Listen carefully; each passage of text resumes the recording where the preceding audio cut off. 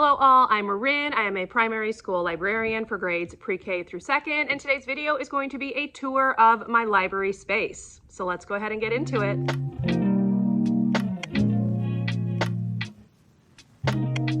So what I'm going to do is I'm going to give you an overall look at the library space, then I will walk you around and share different areas and things that I have going on and talk about some of the things that have changed from last year's video, which I will link up in the cards if you'd like to go back and watch that one. But let's go ahead and just start at the main doors and do a quick walkthrough so you can look around, and then I will zero in on some of the important places.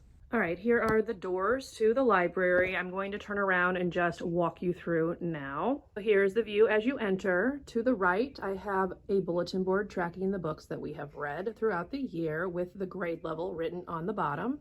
And to the left starts our nonfiction section, so I will walk you through.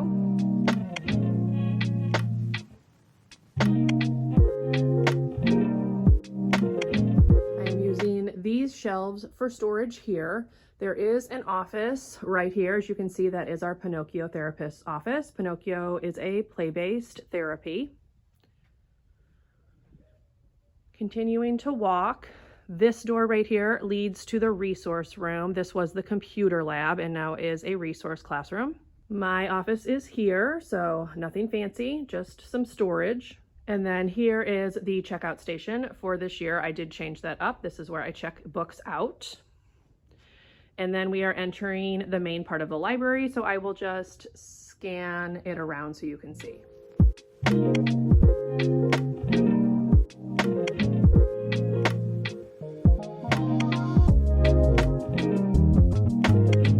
All right, starting here, this is going to be the art station this year. I did move that. That was in the back corner last year. I wanted it more front and center so I could see what was going on with it. This area here is kind of what I use to fix books or work on projects. This is a project that I am working on with the nonfiction section. I am using binders and then adding these labels here so kids can see what types of books are where. I moved the graphic novel section here as well, again, just so I could monitor it a little bit better. And then I'm using those bottom shelves, if you can see, for the state and country books. This section here is the Everybody books. I do have letters that let students know what author's last name they are in.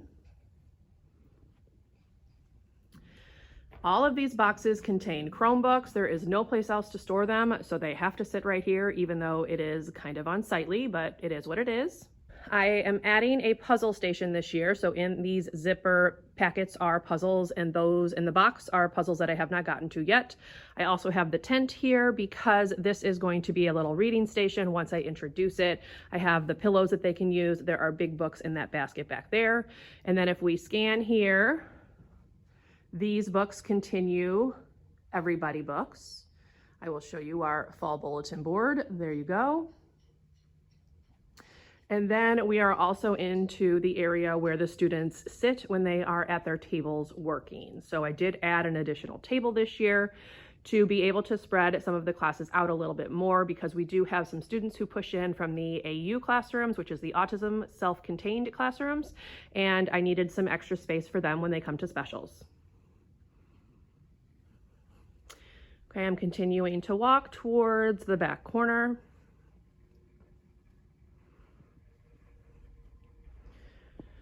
Now, this area here is now the STEM area. So you can see we have some toys here, there's blocks in there, and then these are all of the bins that contain different activities that the students can play with once we get into that. Right now, they are only playing with a single bin at their table as we go over expectations and things. But you can see I do still need to label a few of these bins. I didn't quite get that done, but this is a nice organized way for them to see what we have and put it back where it belongs. And then along this bookshelf, we continue with the Everybody books.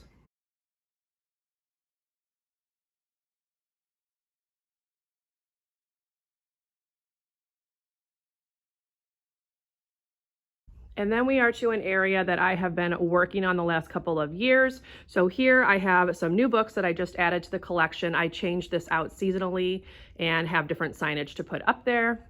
And then all of these bins are different book series or characters. So I will give you an example. So you can see this top row, I have 2 baskets of Pete the Cat, and then all of these books in here are Disney of some sort, but not princesses, because we do have a separate princess bucket. So we have Fly Guy, The Food Group, Teenage Mutant Ninja Turtles, and then SpongeBob and Pokemon. The Pigeon books, Clifford, the Elephant and Piggy books. Down at the bottom we have Barbie, Superheroes, and then the How to Catch series. Next, I have dinosaur books, and then these are the Magic Treehouse nonfiction companion books.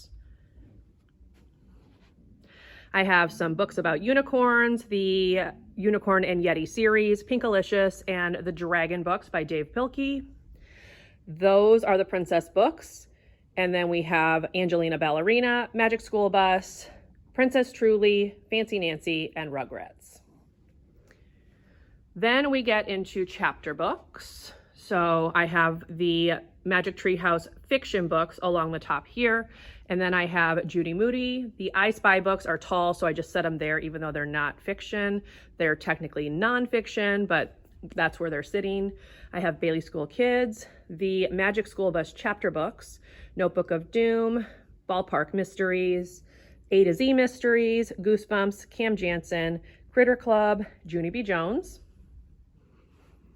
And then here I have Hamster Princess, Katie Kazoo, which the kids are really enjoying this year for some reason. I'm not sure what made them want to check them out, but those are flying off the shelves. This is a new series that I don't have a bucket for yet, but this is the Press Start series. I got these from Scholastic with my Scholastic dollars. And then underneath that, we have Horrible Harry, Sports, and the Forever Fairies series, which is another one I got with my Scholastic dollars. And then down here is just random fiction books that don't really have enough to warrant a bucket, although I could probably put these Cupcake Diary ones into a bucket, and I might do that once I get some more storage. I also used some Scholastic dollars to purchase this right here. So this is going to be for kindergarten and where kindergarten will get their books. We have not started checking out yet in kindergarten. The teachers kind of requested that I hold off on that a little bit. So we will be starting that after winter break, but these are where they're going to get their books from. I do still need to fill the bottoms. I've only done the first 2 rows so far. And then that brings us to my main teaching area. So you can see the smartboard is here. I use this rug to give the assigned seats. And this is where we sit for our read alouds and any whole group lessons that we're doing. So I have my easel over there in the corner, my storage here that has just different supplies that we use whole group or that have extra supplies. I do allow students to work on the carpet. So I have a basket of clipboards here if they would like to do that. And then this is obviously the smartboard with our hand signals and just a reminder of how I work my consequences. And then my computer table here, this is connected to the smartboard, obviously, it mirrors it. And then that's kind of my area. This is where I used to do the book checkout. I don't do that as much. I usually just kind of use that for lesson planning and things like that. So that's what that area looks like. There's a little desk here in case kids want to sit alone or need to sit alone, they can work at this desk here. And I also have the shelf markers as well for them to use to check out. And then when you come back here, this is the look again back towards the entrance to the library. And then here is just a look at what that desk looks like. I have a basket here, so if kids have to borrow a Chromebook because maybe theirs isn't working, they return it to that basket so I can put it away. This is kind of a little Chromebook charging station. So you can see I have the cords here that I can check to see if it's the computer or the charger for why computers may not be charging. I do keep extra Chromebooks right here in this cart, so they are plugged in and ready to go. And then again, all of those boxes over there are extra Chromebooks as well. Okay, so before I sign off this video, let me go ahead and just show you again, I mentioned it, but I'll kind of zero in and show you the different areas that students will be able to pick from when we have either choice time, or one thing that they can do is earn some free choice time where after reading the book, we don't do an assignment and they will just get some playtime. So I'll show you the stations that they'll be able to pick from. I mentioned them, but here's another look at them. So again, this is a look at the art station. I have a 10 drawer unit here with different activities. And then over here on the shelves are some other things that they can do. So I have some supplies here that they can use to make different items, some markers, the skin color crayons. These down here are all drawing books, and then these are all other materials that they may want to use.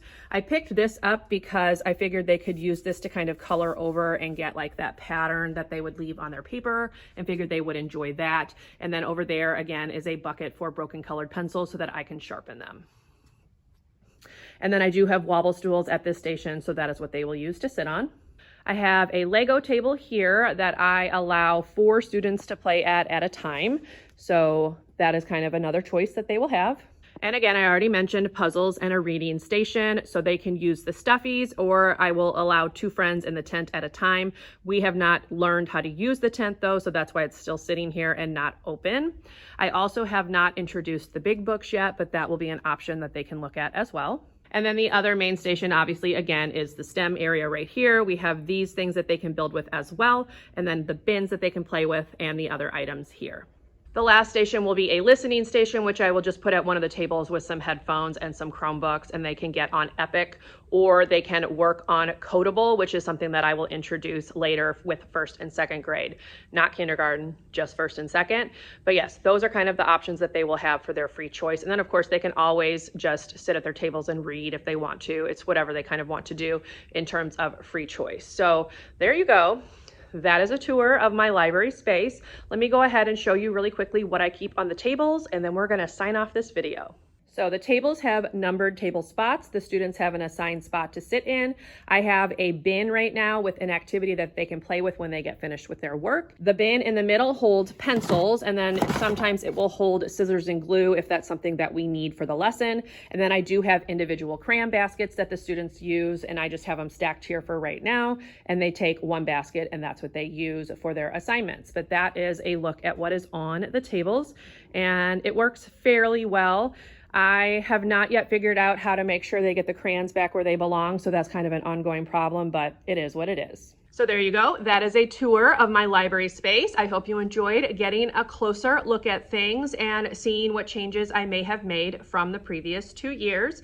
I think I like this setup the best, so we will probably stick with this one, but we'll kind of see how that goes and go from there. So one thing I did want to mention, they finally took out that really old TV that was hanging from that pole right there. And so now there's a nice white spot on the wall that wasn't painted to match the blue spot above the smartboard from when they took that out as well and gave us the new one. So it's just a lovely paint job up in here. The custodian has mentioned that he can fix it if he can find the green paint. He was able to fix the yellow wall, but he's not sure if he can find the green paint. So we will see. It may just have to stay like this, and we'll just deal with it. So anyway, I hope you enjoyed. If you did, please leave me a thumbs up. Consider subscribing to my channel if you would like to see more from me. If you made it to the end of this video and would like to leave an emoji to show you were here, you can leave me an apple emoji because I am a teacher in my day job, and I will see you in my next video. Bye everyone.